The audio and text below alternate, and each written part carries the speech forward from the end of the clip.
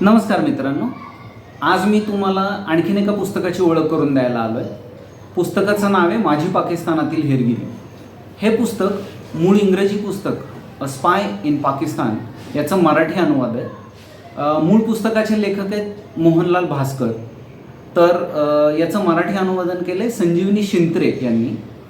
हेरगिरी हे खूपच धोकादायक क्षेत्र आहे, पण आपल्या जे सैनिक आहेत, जे सीमेवरती खडा पहारा देत असतात, त्यांना शत्रूची बित्तम बातमी पोचवण्यासाठी हे आपले गुप्तहेर शत्रू राष्ट्रात जाऊन शत्रूची गोपनीय माहिती मिळवण्याचा प्रयत्न करत असतात.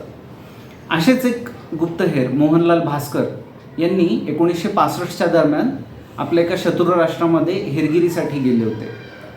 ते नेमकी कुठल्या मोहिमेवर गेले होते, त्यांना शत्रूची कोणती माहिती पाहिजे होती, ती माहिती त्यांना मिळाली की नाही मिळाली, त्यांना कोणत्या अडचणी आल्या, याची सर्व माहिती या पुस्तकामध्ये तुम्हाला मिळेल.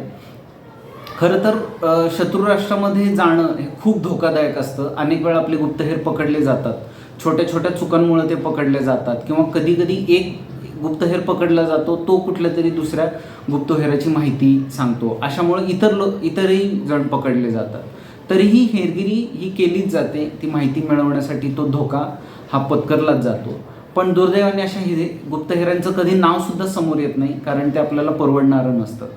तर नेमका हा हेरगिरीचा खेळ कसा चालतो आणि त्यात काय धोके असतात हे माहिती करण्यासाठी हे पुस्तक तुम्ही सर्वांनी नक्की वाचा. मला स्वतःलाही खूप आवडलं आहे, तुम्हालाही नक्की आवडेल. धन्यवाद.